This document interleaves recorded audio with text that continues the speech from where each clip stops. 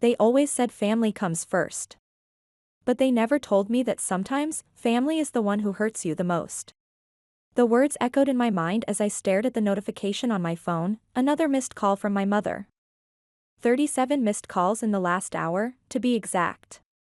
I watched as the screen lit up again, her name flashing like a warning signal. Eleanor calling. The irony wasn't lost on me. For years, I'd been the one desperately seeking her attention, and now that I finally didn't want it, she wouldn't stop calling. My name is Hazel, and at 27, I was about to make the biggest decision of my life. One that would either free me from years of manipulation or destroy what little was left of my family relationships. The cottage purchase agreement sat unsigned on my kitchen counter, its presence both thrilling and terrifying. 5 years of careful saving, of living below my means, of enduring my family's constant demands, it all came down to this moment. The phone buzzed again. This time, a text from my sister Victoria. "You can't just ignore Mom like this. She's crying in the kitchen. Dad's furious. Do you even care what you're doing to this family?" I closed my eyes, remembering how everything had started 5 years ago. It was my college graduation day, and I was alone in my dorm room, carefully folding my graduation gown. The acceptance letter from Anderson and Mills Investment Group lay on my desk, my dream job, with an $85,000 starting salary. Unlike my sister Victoria, who had her entire education funded by our parents, I had worked my way through college with scholarships and part-time jobs. Every penny I'd earned had gone into a secret savings account. The door burst open without warning. My mother Eleanor stood there, her face tight with that familiar look of disapproval. Behind her, my father Richard's heavy footsteps echoed in the hallway. "Show me your bank statements," my mother demanded, holding out her hand. "All of them." I froze. "What? Why?" "Your sister Victoria and Tom need a cosigner for their house loan," she explained, as if it were the most natural thing in the world. "Your father and I are already guarantors on their car loan, so you'll have to step up for the house."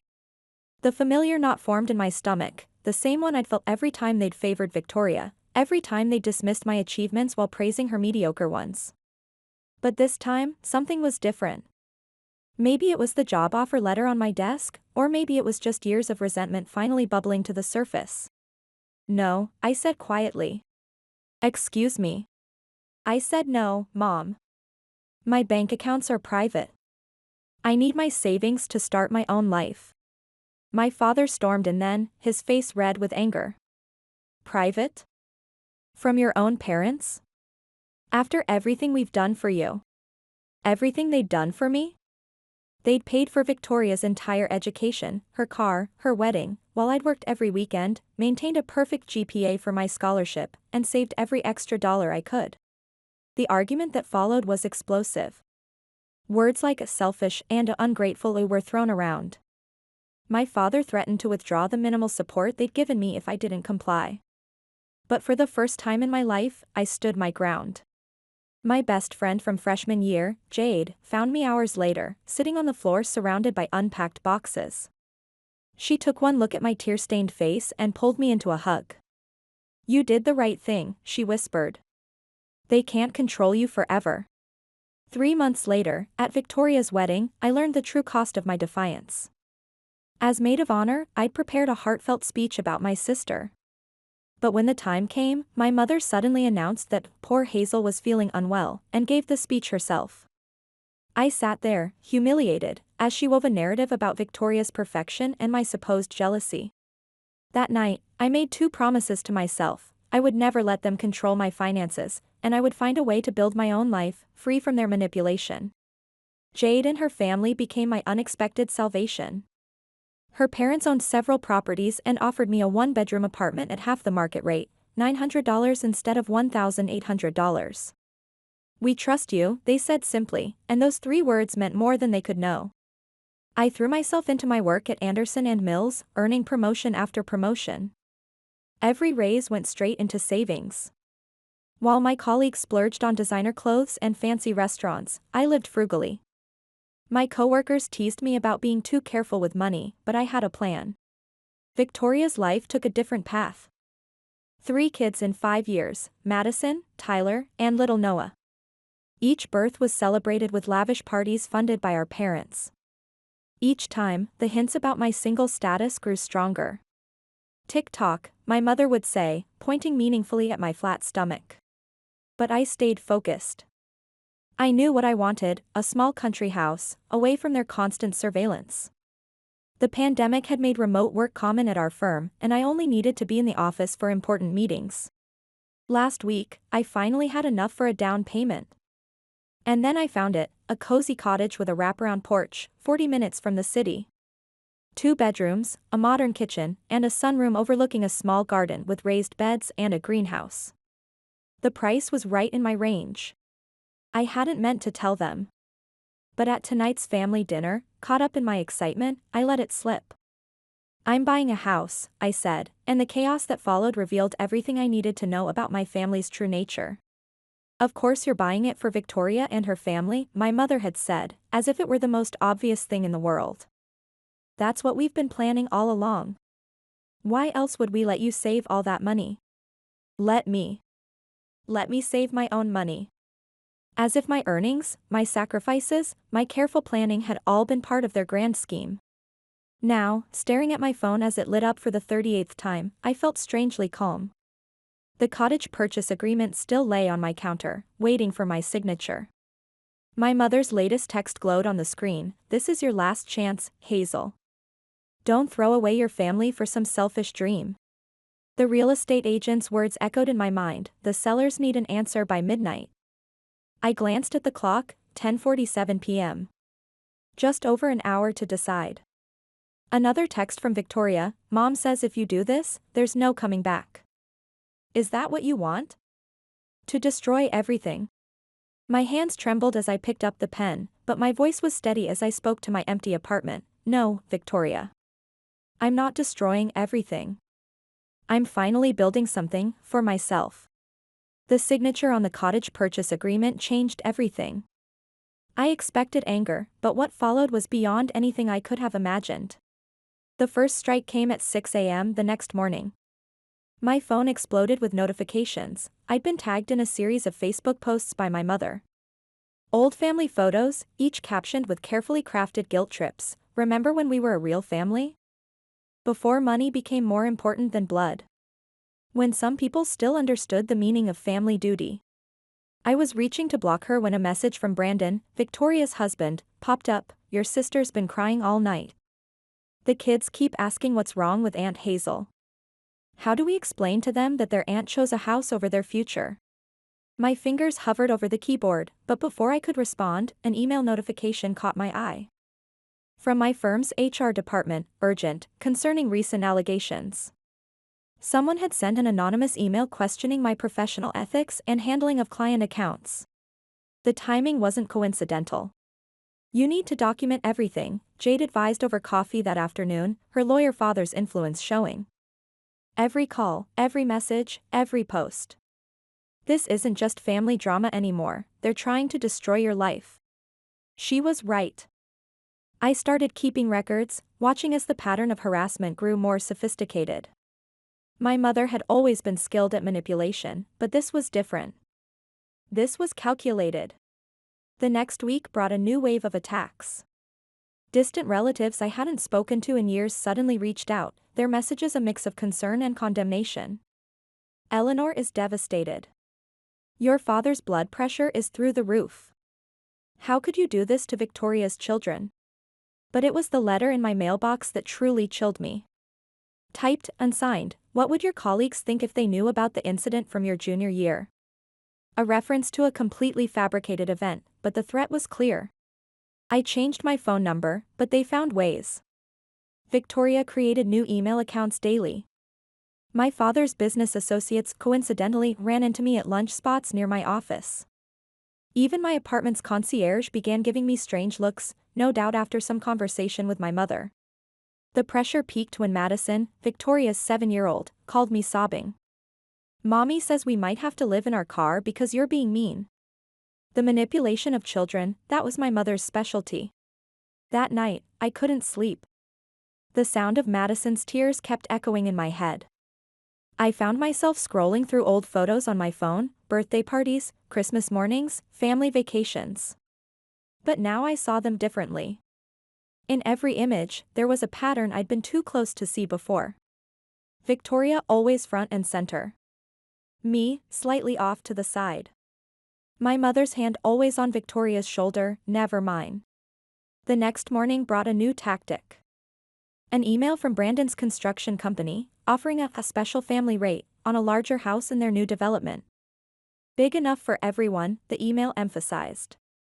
The attached floor plan even had rooms labeled Victoria and Brandon's master suite, children's wing, and tucked away in the back, Hazel's room. They were still trying to control the narrative, to force their plan through. I forwarded the email to Jade, who responded immediately, "They're getting desperate. Save everything." The war escalated on multiple fronts. My mother's campaign moved beyond social media. She began reaching out to my professional network. "Your mother stopped by the office today," my boss mentioned casually one morning.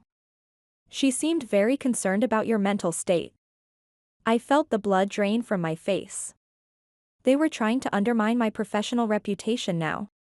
I spent that evening updating my resume and reaching out to industry contacts, just in case. The thought of having to start over career-wise was terrifying, but less terrifying than remaining under their control. The cottage seller's agent called. "Someone claiming to be your mother called to warn us about your financial situation." I had to spend hours providing additional proof of funds. When I asked what exactly my mother had said, the agent hesitated. She suggested you might be involved in some questionable financial practices." The implication was clear: they would rather destroy my reputation than lose control. That weekend, I made the mistake of going to the local coffee shop where I usually worked on Saturdays. I hadn't been there 10 minutes when Eleanor's closest friend happened to stop by. She slid into the chair across from me without asking. "You know, Eleanor hasn't slept in days," she began, stirring her coffee with theatrical slowness. "Your father's blood pressure is so high, the doctor's worried about a stroke." "Is that what you want, Hazel? To put your father in the hospital?" I closed my laptop and stood up. "What I want is to live my own life." "Your own life?" She laughed bitterly. "And what about Victoria's life? Those poor children? You have the power to help them, but you choose to be selfish." I left without responding, but her words followed me home. The same message, over and over: my happiness was less important than my sister's needs. The final straw came during a Sunday service at my parents' church. Their pastor approached me. "Your mother shared with the congregation about your situation. We're all praying for your return to the path of family duty." They'd turned my private decision into public spectacle. That evening, I sat in my apartment, surrounded by printouts of their messages, emails, and social media posts. The wall of evidence felt overwhelming, but something else was growing stronger: my resolve. Each new attack revealed more about their desperation. This wasn't about Victoria's housing needs, it was about control. They couldn't accept that I'd broken free from their script. I started noticing patterns in their behavior.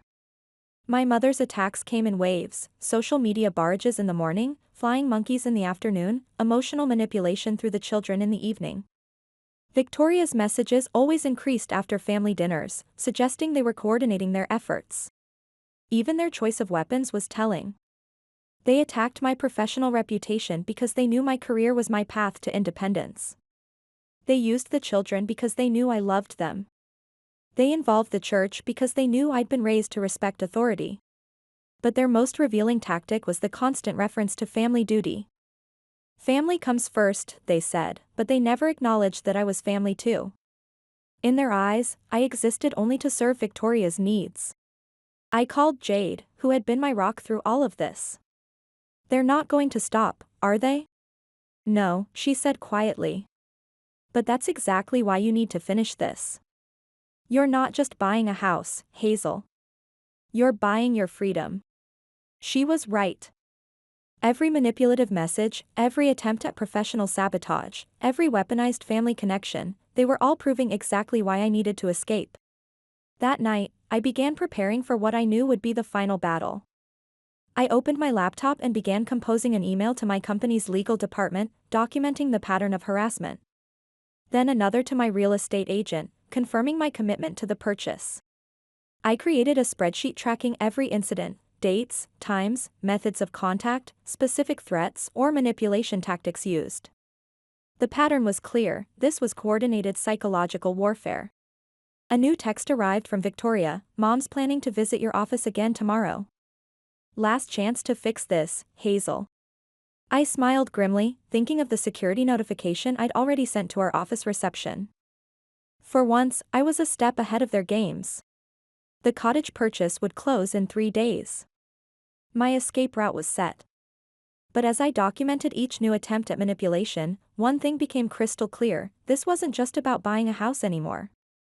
This was about dismantling a lifetime of control, one documented incident at a time.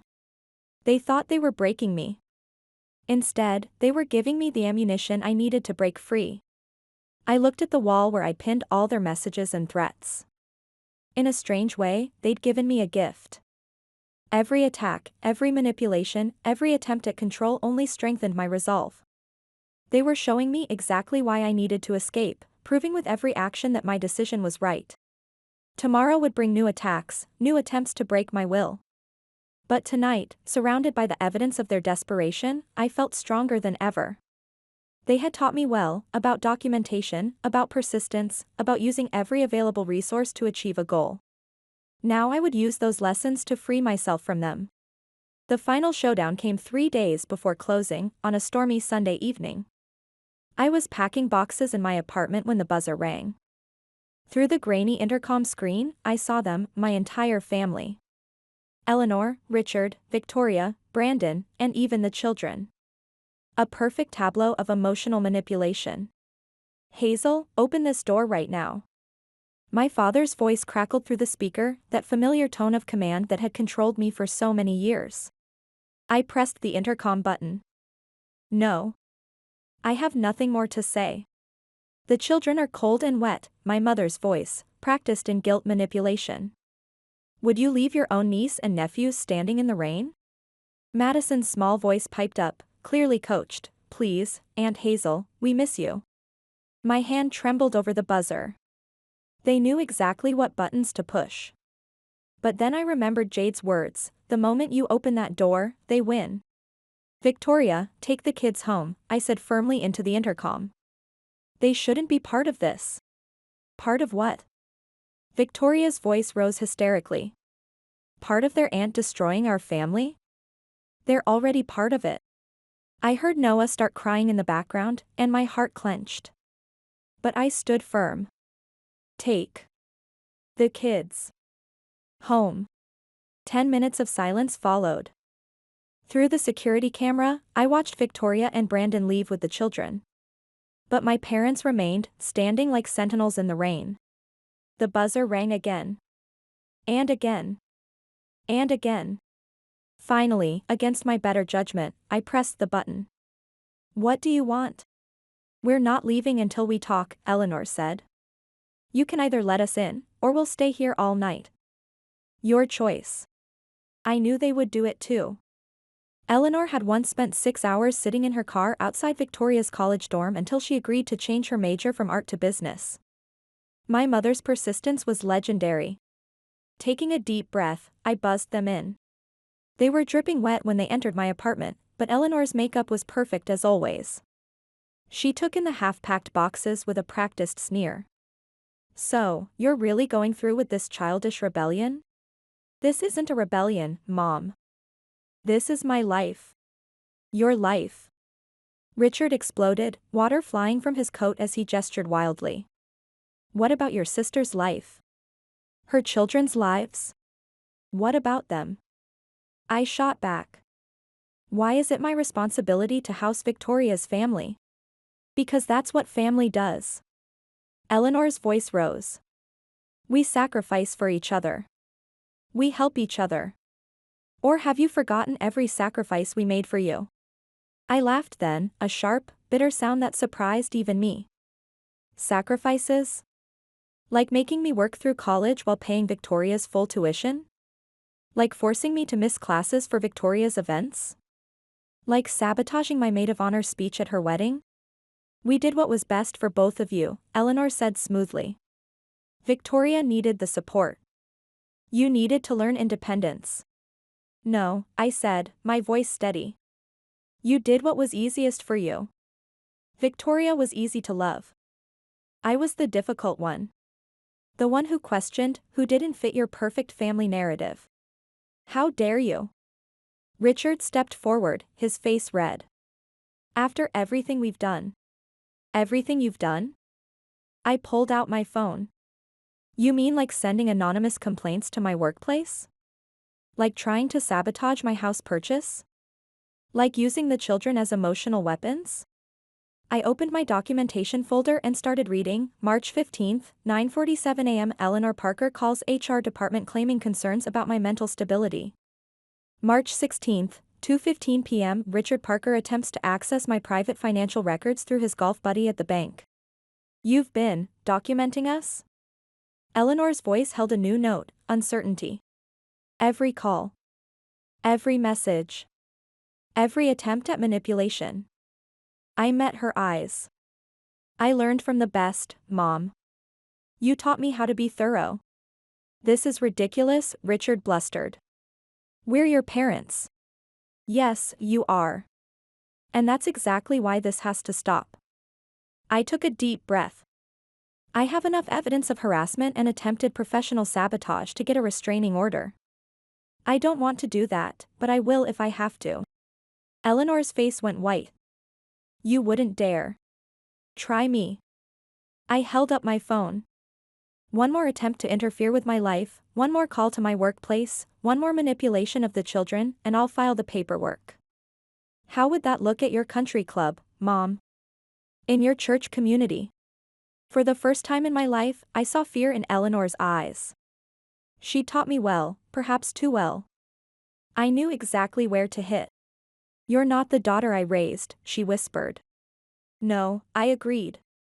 I'm stronger than the daughter you raised. I'm done being Victoria's backup plan. I'm done being your emotional punching bag. I'm done. Richard reached for Eleanor's arm. Come on, we're leaving. But Eleanor wasn't finished. She turned at the door, her face a mask of cold fury. When you're all alone in that cottage of yours, remember this moment. Remember that you chose solitude over family. I met her gaze steadily. No, Mom. I chose freedom over fear. I chose my own happiness over Victoria's convenience. I chose myself. Then you've made your choice. She straightened her spine, every inch the society matron. Don't expect us to be there when you realize what a mistake you've made. The only mistake I made was letting you control me for 27 years. I opened the door wider. Goodbye, Mom. Dad. I'll have my lawyer contact you about future communications. They left without another word, but I knew this wasn't over. Eleanor never admitted defeat, she just changed tactics. I called Jade as soon as they left. My hands were shaking so badly I could barely hold the phone. They came to your apartment? She sounded alarmed. Are you okay? I'm fine. I looked around at my half-packed apartment, at the life I was preparing to leave behind. Actually, I'm better than fine. I'm free. What did they say? The usual manipulation tactics. But this time. I smiled, remembering Eleanor's face when I mentioned documentation. This time I was ready for them. And Victoria? The kids. They tried using them first, but I didn't let them in until Victoria left with the children. I sighed. That was the hardest part. Hearing Madison's voice. You did the right thing, Jade said firmly. Using children as emotional weapons, that's abuse, Hazel. Plain and simple. I know. And I did know, finally and completely. I just wish. Wish what? I wish I had a normal family. Parents who supported me. A sister who celebrated my success instead of trying to capitalize on it. You do have family, Jade said softly. Family isn't just blood. It's the people who support you, who celebrate your victories, who respect your boundaries. After we hung up, I stood at my window, watching the rain. Somewhere out there, Eleanor was probably already planning her next move. Victoria was likely crying to Brandon about her cruel sister. Richard was probably ranting about ungrateful daughters. But for the first time in my life, their reactions didn't control me. Their disappointment didn't crush me. Their anger didn't scare me. I turned back to my packing, picking up a framed photo from my desk. It was from my college graduation, me in my cap and gown, Jade's arm around my shoulders, both of us beaming. No staged poses, no perfect makeup, no carefully crafted narrative. Just genuine joy. That's what they never understood. They were so focused on maintaining the appearance of a perfect family that they forgot to actually be one. The cottage closing was in 3 days. My new life was waiting. And for the first time, I was ready to claim it, not as Victoria's sister, not as Eleanor and Richard's daughter, but as myself. Just myself. And that was enough. 1 year later, I stood in my sunroom, watching the morning light filter through the leaves of my thriving herb garden. The scent of fresh basil and rosemary filled the air, mixing with the aroma of my morning coffee. My cottage had become everything I dreamed of and more, a sanctuary of peace and independence. The changes in my former family had been swift and dramatic. Their carefully maintained facade of perfection had crumbled like a house of cards. It started at Eleanor's annual charity gala, where she'd thrown a very public tantrum after the committee suggested new leadership. Her meltdown, screaming about ungrateful children and family betrayal, was captured on dozens of phones. Within days, their social circle began to crumble. Their fall from grace was absolute. The country club quietly revoked their membership. Church members stopped returning Eleanor's calls. The perfectly staged dinner parties ceased. Their luxury lifestyle, built on appearances and social connections, collapsed overnight. Victoria and Brandon were forced to downsize from their luxury apartment to a modest 3-bedroom in a less desirable neighborhood. The private school is suggested finding alternative education for the children after Victoria's public outburst at a parent-teacher conference. Her social media transformation was particularly telling, from perfectly curated family photos to bitter rants about betrayal and hardship. Richard and Eleanor retreated from public life entirely. Neighbors reported seeing Eleanor wandering the subdivision, her once perfect appearance now unkempt, muttering about family duty. Richard spent his days at home, avoiding his former golf club friends, his authoritarian demeanor deflated into silent depression. But the most dramatic change came in my own life, and it started with a chance encounter at my local garden center. I was selecting herbs for my new greenhouse when I heard a warm voice, "Those lavender plants need afternoon shade to thrive." The man who offered this advice, Michael, was a landscape architect with kind eyes and soil-stained hands. Our conversation about herbs led to coffee, then dinner, and soon weekly gardening dates. He understood my past without judgment, having escaped his own controlling family years before. 6 months later, he proposed in my garden, kneeling beside the lavender plants that had first brought us together. Our wedding was everything my family's events never were, genuine, joyful, and free from manipulation. Jade was my maid of honor, her parents sat in the front row where traditionally the bride's parents would be. Through Michael, I gained not just a husband, but a loving extended family. His parents welcomed me with open arms, his sisters became the siblings I'd always wished for. Sunday dinners at their house were filled with laughter, honest conversations, and genuine affection. Meanwhile, the children found their own ways to stay connected. Madison, now 8, still sent letters through her school counselor, "Dear Aunt Hazel, I visited your garden in my dreams last night. Mom says we can't see you, but Mrs. Thompson helps me write. I met your husband at the grocery store, he gave me a candy bar and said to tell you he loves you. Is it okay that I dream about living in a cottage like yours someday?" Tyler, ever observant, had whispered to his counselor, "Aunt Hazel's house feels like breathing. Our new house feels like holding our breath." Even little Noah, too young to fully understand, had created waves at daycare by announcing, "My Aunt Hazel has a nice husband who builds pretty gardens. Mommy cries when we drive past their house." My mother's younger sister, Margaret, whom Eleanor had ostracized years ago, became a regular visitor. "You didn't just break free," she told me over tea in my sunroom. "You built something beautiful from the ruins of their control." A year and a half after my wedding, I stood in what would become the nursery, my hand resting on my growing belly. Michael was in the garden, installing a playset beside the greenhouse. We were expecting twins, two little girls who would grow up knowing only love and acceptance, never manipulation or control. Victoria's attempts to maintain appearances grew increasingly desperate. Her family lifestyle, social media account, meant to present her as a brave mother, overcoming family betrayal, backfired when followers noticed her continuous contradictions. Posts about embracing simple living clashed with photos showing expensive purchases she'd forgotten to edit out. The final severing of old ties came unexpectedly. Eleanor had attempted one last power play, announcing to her remaining social circle that she was refusing to acknowledge her upcoming grandchildren. The response surprised her. Instead of sympathy, she received widespread condemnation. Even her most loyal supporters couldn't justify denying innocent children a grandmother's love. My own life continued to blossom. The cottage garden expanded, now including a children's vegetable patch and a fairy garden for the twins. Weekend gatherings grew larger, filled with genuine friends, supportive family, and the kind of laughter that comes from true joy, not social obligation. Jade and her family remained our closest supporters. Her mother helped decorate the nursery, while her father built a rocking chair for late-night feedings. They would be the twins' honorary grandparents, giving them the unconditional love Eleanor and Richard had never known how to provide. Looking back, I realized that the greatest victory wasn't in watching my family's downfall, it was in building a new life so full of love and authenticity that their absence left no void. The twins growing inside me would never know the pain of conditional love or the weight of toxic expectations. They would grow up in a home where laughter was genuine, love was unconditional, and family meant support, not control. Standing on my porch one morning, watching Michael tend to our garden, I felt the twins kick.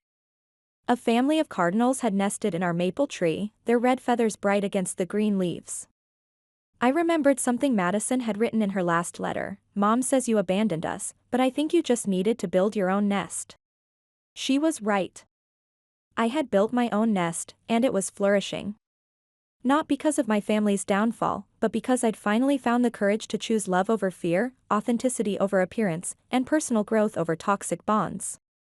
Sometimes the best revenge isn't in watching others fall, but in rising so high that their opinion becomes irrelevant. I had risen.